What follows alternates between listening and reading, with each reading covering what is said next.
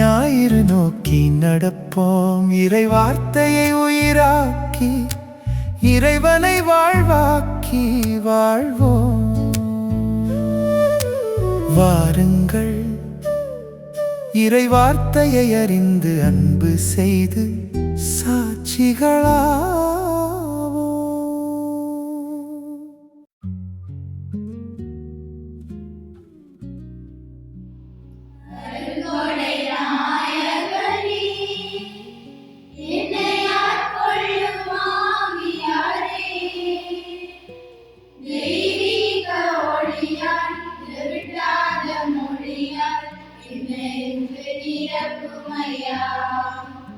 உந்தன் சித்தம் போல் நடத்துமையா. ஆட்கொள்ளவா என்னை ஆட்கொள்ளவா, அனலாய் கனலாய் உருமாற்றவா. ஆட்கொள்ளவா என்னை ஆட்கொள்ளவா, அனலாய் கனலாய் உருமாற்றவா.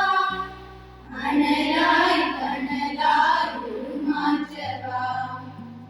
அருங்கொடை நாயகனே, என்னை ஆட்கொள்ளும் ஆவியாரே. தெய்வீக ஒளியால் திருட்டாத மொழியால் என்னை இன்று நிரப்புமையா. உந்தன் சித்தம் போல் நடத்துமையா. படைப்பினையால் கொண்டு உயிரளித்தீ, தண்ணீரில் அசைவாடி புனிதம் தந்தீர். படைப்பினையால் கொண்டு உயிரளித்தீ, தண்ணீரில் அசைவாடி புனிதம் தந்தீர். என்னையும் ஆட்கொள்ள வாருமையா, என்னையும் ஆட்கொள்ள வாருமையா. ஆட்கொள்ளவா என்னை ஆட்கொள்ளவா, அனலாய் கனலாய் உருமாற்றவா. ஆட்கொள்ளவா என்னை ஆட்கொள்ளவா, அனலாய் கனலாய் உருமாற்றவா. அனலாய் கனலாய் உருமாற்றவா. அருங்கொடை நாயகனே, என்னை ஆட்கொள்ளும் ஆவியாரே. தெய்வீக ஒளியாய் திருட்டாத மொழியாய் என்னை இன்று நிரப்புமையா. உந்தன் சித்தம் போல் நடத்துமையா. தந்தை மகன் தூய ஆவியாரின் பேராலே ஆமென். கிறிஸ்து இயேசுவிலே பிரியமான சகோதர சகோதரிகளே, பொது காலத்தினுடைய 17வது ஞாயிற்றுக்கிழமையிலே நாங்கள் பயணித்துக் கொண்டிருக்கின்றோம். இன்று இறை வார்த்தையை நாங்கள் பார்க்கின்ற பொழுது ஆண்டவர் இயேசு கிறிஸ்து இன்றைய 3 வார்த்தை ஊடாக எங்களை அழைப்பது என்னவென்று பார்க்கின்ற பொழுது, மனதுருக்கத்துடன் இறைவனை தேடி செல்வோம். இன்றைய 1வது வாசகத்திலே சாலமோன் அரசன் ஆண்டவரிடத்திலே ஞானத்தை கேட்கின்றார். அன்னை தெரேசா ஏழை எளிய மக்களை தேடிச் செல்கின்றார். தோமஸ் ஐக்வானஸ் ஆண்டவரிடத்திலே வரம் ஒன்று கேட்கின்றார். உண்மையன்றி வேறு வரம் தேவையில்லை இறைவா. இப்படியாக எங்களுடைய வாழ்வை நாங்கள் சிந்திக்கிற பொழுது எங்களுடைய நாளாந்த கிறிஸ்தவ வாழ்வு எதை நோக்கி தேடிச் செல்கின்றது? ஆண்டவர் இயேசு கிறிஸ்து எங்களுடைய வாழ்விலே எல்லாவற்றையும் எங்களை கொடுத்திருக்கிற பொழுது இன்றைய நாளிலே இந்த இறை வார்த்தையூடாக நாங்கள் சிந்தித்து பார்ப்போம், தியானித்து பார்ப்போம். என்னுடைய மனித வாழ்வு, சிந்தனை, செயல் எதனை நோக்கி தேடிச் செல்கின்றது? இறைவனை நோக்கி தேடிச் செல்கின்றதா, அல்லது உலகியல் இன்பங்கள், உலகம் போகின்ற போக்கின்படி என்னுடைய வாழ்வு செல்கின்றதா என்பதை என்னுடைய உள்ளத்திலே கேட்டு பார்த்துவிட்டு ஆண்டவரை தேடிச் செல்வதற்கான சக்தியை, வரத்தை கேட்டு இந்த நாளிலே நாங்கள் கொண்டாடுவோம். ஆமென். அன்பும் இரக்கமும் நிறைந்த எங்கள் தந்தையே இறைவா, உமது திருப்பாதத்தில் பணிவோடு வந்து நிற்கும் இந்த வேளையில் உமது பரிசுத்த நாமத்தை மகிமைப்படுத்தி துதித்து போற்றுகின்றோம். வானத்தையும் பூமியையும் படைத்து எல்லா உயிர்களுக்கும் வாழ்வையும் வளத்தையும் அளித்து எங்களை உமது அன்பு பிள்ளைகளாக அழைத்த தந்தையே, உமக்கு எங்கள் இதயபூர்வமான நன்றிகளையும் புகழ்ச்சியையும் செலுத்துகின்றோம். மேலும் இன்று எங்களுக்கு அளித்த இந்த புதிய நாளுக்காக நன்றி கூறுகின்றோம். நாங்கள் உயிருடன், ஆரோக்கியத்துடன், குடும்பத்தினருடன், நண்பர்களுடன் வாழும் வரத்தை தந்தமைக்காக உமக்கு கோடான கோடி நன்றிகள். எங்களுக்கு உணவு, உடை, உறைவிடம், கல்வி மற்றும் எண்ணிலடங்கா ஆசீர்வாதங்களை வழங்கியதற்காக உமக்கு மனமார்ந்த நன்றி செலுத்துகின்றோம். மேலும் உலக மக்களின் மீட்பிற்காக உமது திரு அவையை நிறுவி அதை வழிநடத்த குருக்களை அழைத்தமைக்காக உமக்கு நன்றி கூறுகின்றோம்.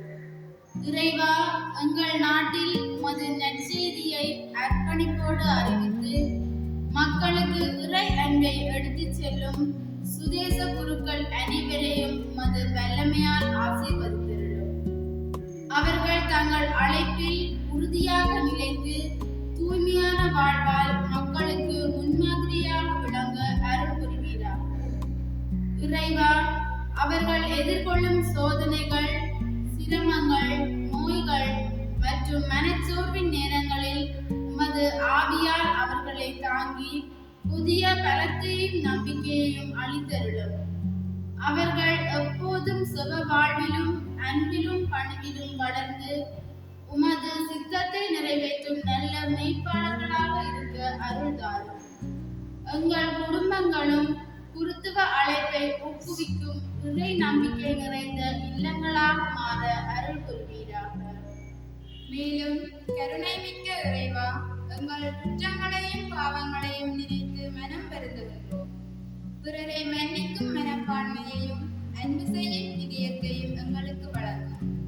தந்தையே, நாங்கள் நல்ல மாணவர்களாக வளர உதவவும் படிப்பில் ஆர்வம், ஒழுக்கம், பொறுப்பு, நேர்மை மற்றும் கடவுள் பயம் ஆகியவற்றில் வளர அருள் தாரும். எங்கள் அறிவை வளர்த்து எங்கள் திறமைகளை நல்லவற்றிற்கு பயன்படுத்தும் ஞானத்தை அடையும். மேலும் நோயால் துன்பப்படுபவர்களையும், ஏழைகளையும், ஆதரவற்ற குழந்தைகளையும், முதியோர்களையும், தனிமையில் வாழ்பவர்களையும் உமது கரங்களில் ஒப்படைக்கின்றோம். அவர்களுக்கு ஆறுதல், நம்பிக்கை, ஆரோக்கியம் மற்றும் அமைதியை அருளும். உலகம் முழுவதும் போர், வன்முறை, வெறுப்பு ஆகியவை நீங்கி அன்பும் சமாதானமும் நிலவ உமது அருளை பொழியும். அன்பு நிறைவா, எங்கள் நாட்டையும் எங்கள் திரு அவையையும் எங்கள் கிராமத்தையும் எங்கள் குடும்பங்களையும் ஆசீர்வதியும். அனைவரும் ஒற்றுமை, அன்பு, நீதி மற்றும் சமாதானம் நிலைத்திருக்க அருள்தார். எங்கள் வாழ்நாள் முழுவதும் உமது சித்தத்தின்படி வாழவும், பிறருக்கு நன்மை செய்யவும், எங்கள் வாழ்க்கையால் உமக்கு மகிமை சேர்க்கவும் எங்களுக்கு உதவி செய்தது. இவற்றை எங்கள் ஆண்டவராகிய இயேசு கிறிஸ்து வழியாக உம்மை மன்றாடுகின்றோம். ஆமென்.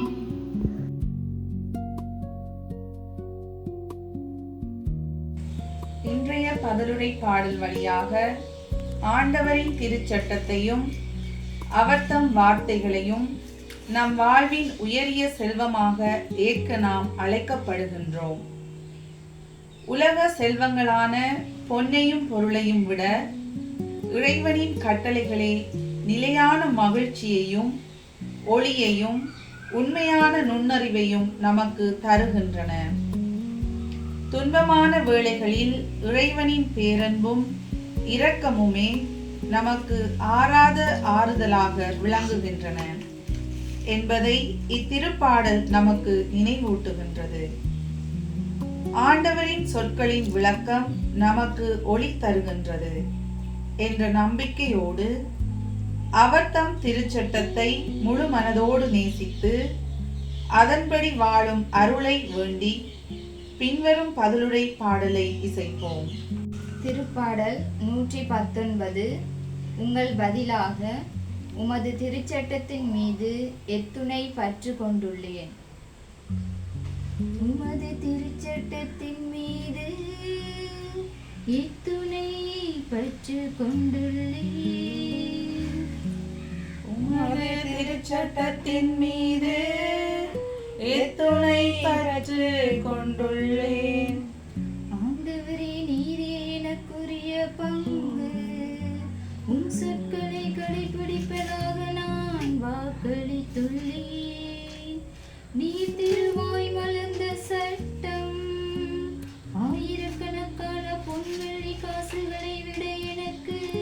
மேலானது. உமது திருச்சட்டத்தின் மீது எத்துணை பற்று கொண்டுள்ளேன். எனக்கு ஆறுதல் அளிக்குமாறு உமது பேரன்பு எனக்கு கிடைக்கட்டும். எனக்கு வாக்குறுதி அளித்தீரன்றோ, நான் பிழைத்திருக்கும்படி உமது இரக்கம் என்னை வந்தடையட்டும். ஏனெனில் உமது திருச்சட்டமே எனக்கு இன்பம். உமது திருச்சட்டத்தின் மீது எத்துணை பற்று கொண்டுள்ளேன். பொன்னிலும் பசும் பொன்னிலும் மேலாக உன் கட்டளைகளை விரும்புகின்றேன். உன் நியமங்களை எல்லாம் நீதியானவை என்று ஏற்றுக்கொண்டேன். பொய்யான வழி அனைத்தையும் வெறுக்கின்றேன். உமது திருச்சட்டத்தின் மீது எத்துணை பற்று கொண்டுள்ளேன். உன் ஒழுங்குமுறைகள் வியப்புக்குரியவை, ஆகவே நான் அவற்றை கடைபிடித்து வருகின்றேன். உன் சொற்களை பற்றிய விளக்கம் ஒளி தருகின்றது, அது பேதைகளுக்கு நுண்ணறிவு ஊட்டுகிறது.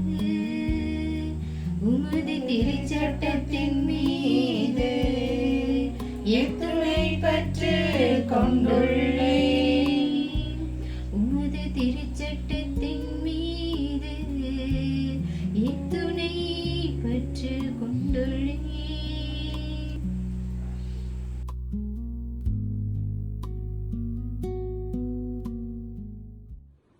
இன்றைய நற்செய்தியானது மத்தேயு சுவிசேஷத்திலிருந்து எடுக்கப்பட்டுள்ளது. ஒருவர் நிலத்தில் மறைத்திருந்த புதையல் ஒன்றை கண்டுபிடிக்கின்றார். அவர் அதை மூடி மறைத்து விட்டு மகிழ்ச்சியுடன் போய் தமக்குள்ள யாவற்றையும் விற்று அந்த நிலத்தை வாங்கிக் கொள்கின்றார். விண்ணரசு இப்புதையலுக்கு ஒப்பாகும். வணிகர் ஒருவர் நல்முத்துகளை தேடி செல்கிறார். விலை உயர்ந்த ஒரு முத்தை கண்டவுடன் அவர் போய் தமக்குள்ள யாவற்றையும் விற்று அதை வாங்கிக் கொள்கிறார். விண்ணரசு இந்நிகழ்ச்சிக்கு ஒப்பாகும். விண்ணரசு கடலில் வீசப்பட்ட எல்லா வகையான மீன்களையும் வாரிக்கொண்டு வரும் வலைக்கு ஒப்பாகும். வலை நிறைந்தும் அதை இழுத்துக் கொண்டு போய் கரையில் உட்கார்ந்து எல்லாவற்றை கூடைகளில் சேர்த்து வைப்பார். கெட்டவற்றை வெளியே எறிவார். இவ்வாறே உலக முடிவிலும் நிகழும். வானதூதர் சென்று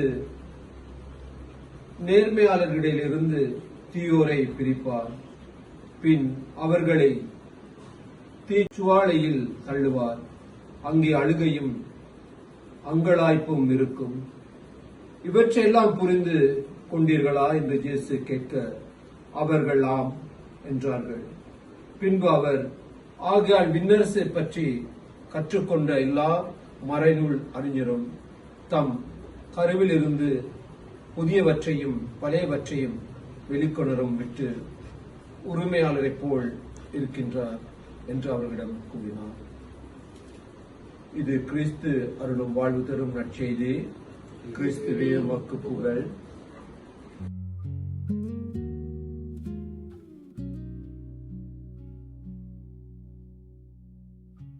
இன்றைய மத்தேயு நற்செய்தியின் வழியாக அன்று வாழ்ந்த மக்களுக்கு விண்ணரசின் பெருமதியை இயேசு 3 விதமான உவமைகள் மூலமாக விளக்குகின்றார்.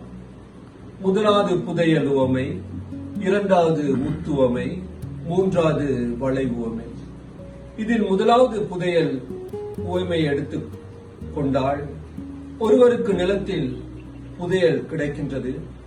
அவர் அதை மறைத்துவிட்டு அவர் நிலத்தை வாங்க தன்னிடமிருந்த எல்லா சொத்துக்களையும் விற்று அவ்நிலத்தை வாங்கிக் கொள்கின்றார். அவ்வாறு இயேசு அன்றைய மக்களுக்கு கூற அல்லது விளக்க முயன்றது, விண்ணரசானது அவர்கள் மத்தியில் இருக்கின்றது. அதுவும் விண்ணரசுக்கு உரிமையாளரான இயேசு அவர்களுடன் இருக்கின்றார். எனவே இயேசு கூறியவதை அவர்கள் கேட்டு இயேசுவை அவர்கள் விசுவாசித்து கடவுளுக்கு உகந்த வாழ்க்கை வாழ இயேசு அவர்களை அழைக்கின்றார். இல்லாவிட்டால் உலக முடிவில் அவர்கள் யாவரும் நரக அக்னியில் தள்ளப்படுவார்கள். அங்கே அழுகையும் அங்கலாய்ப்பும் இருக்கும் என்பதை இயேசு அன்று வாழ்ந்த மக்களுக்கு இவ்வுண்மைகள் மூலமாக விளக்குகின்றார். இன்றைய நற்செய்தியின் மூலமாக ஒரு மகன் என்ற வகையிலும் ஒரு மாணவன் என்ற ரீதியாகவும் இயேசு கூறுவது, எனக்குள் பல பெருமதியான புதையல்களை வைத்துள்ளார். அவை ஞானம், அறிவு, தேவபயம், அன்பு, கருணை, மன்னித்தல் போன்ற இறை இயல்புகளையும் திறமைகளையும் இவற்றை என் வாழ்க்கையில் அடையாளம் கண்டுள்ளேனா அல்லது அவற்றை அடையாளம் காண முயலுகின்றேனா என்பதை இயேசு என்னிடம் கேட்கின்றார். எனவே நான் ஒரு மகனாக, ஒரு இளைஞனாக இன்றைய காலகட்டத்தில் எல்லா சவால்களையும் எதிர்கொள்ள தூய ஆவின் வரத்தினால் விண்ணரசின் பெருமதியை கற்றுக்கொண்டு அதனை என் சக நண்பர்களுடன் பகிர்ந்து கொள்ள முயலுவேன். இன்றைய நற்செய்தி மூலமாக எனக்கு ஒரு தாயாக, ஒரு அம்மம்மாவாக இயேசு கூறுவதில் எனக்கு ஒரு குடும்பத்தை வழங்கினார். அக்குடும்பத்தில் கணவன் 3 பிள்ளைகளை வழங்கி ஆசீர்வதித்தார்.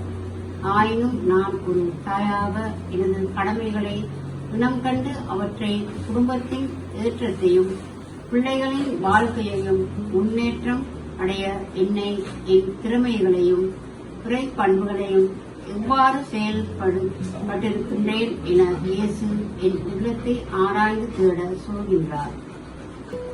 அவ்வாறு ஒரு அம்மம்மாவாக என் பேர பிள்ளைகளை பிறை வழியில் வளர்க்க அவர்களுக்கு விண்ணரசின் பெருமதியை சொல்லிக் கொடுக்கின்றேனா? விண்ணரசின் பண்புகளுடன் அவர்களை வாழ வைக்க முயல்கின்றேனா என இயேசு என்னிடம் கேட்கின்றார். இன்றைய நற்செய்தியின் வாசகமானது எமக்கு கூறுவது, இயேசு உலகில் விண்ணரசை ஸ்தாபித்துள்ளார். ஆகவே அதனை கட்டி காப்பதிலும் அதை வளர்க்கவும் அதனை பறைசாட்டவும் இன்றைய திருச்சபையின் கடமையாக உள்ளது.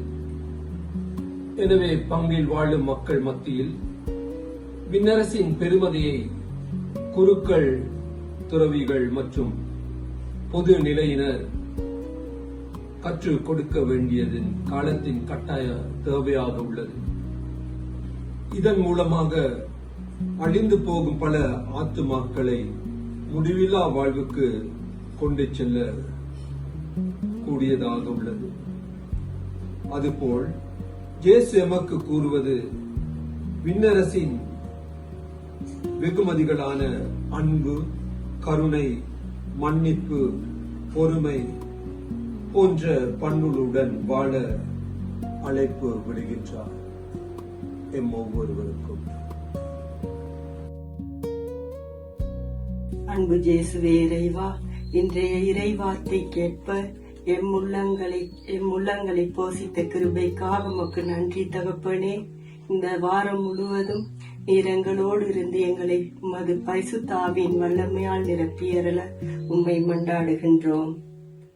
மரியாயே எங்கள் நல்ல தாயாரே, இந்த ராத்திரியிலே எங்களை சடுதி மரணத்திலும் சாவான பாவத்திலும் நின்று காத்து கொள்ளும்.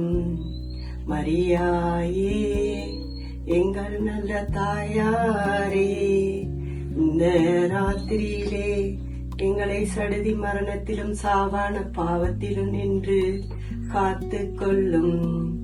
மரியாயே எங்கள் நல்ல தாயாரே, இந்த ராத்திரியிலே எங்களை சடுதி மரணத்திலும் சாவான பாவத்திலும் நின்று காத்து கொள்ளும்.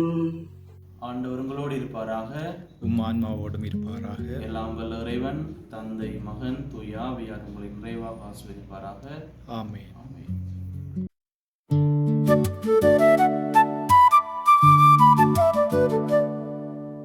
ஞாயிறு நோக்கி நடப்போம், இறை வார்த்தையை உயிராக்கி இறைவனை வாழ்வாக்கி வாழ்வோம். வாருங்கள், இறை வார்த்தையை அறிந்து அன்பு செய்து சாட்சிகளா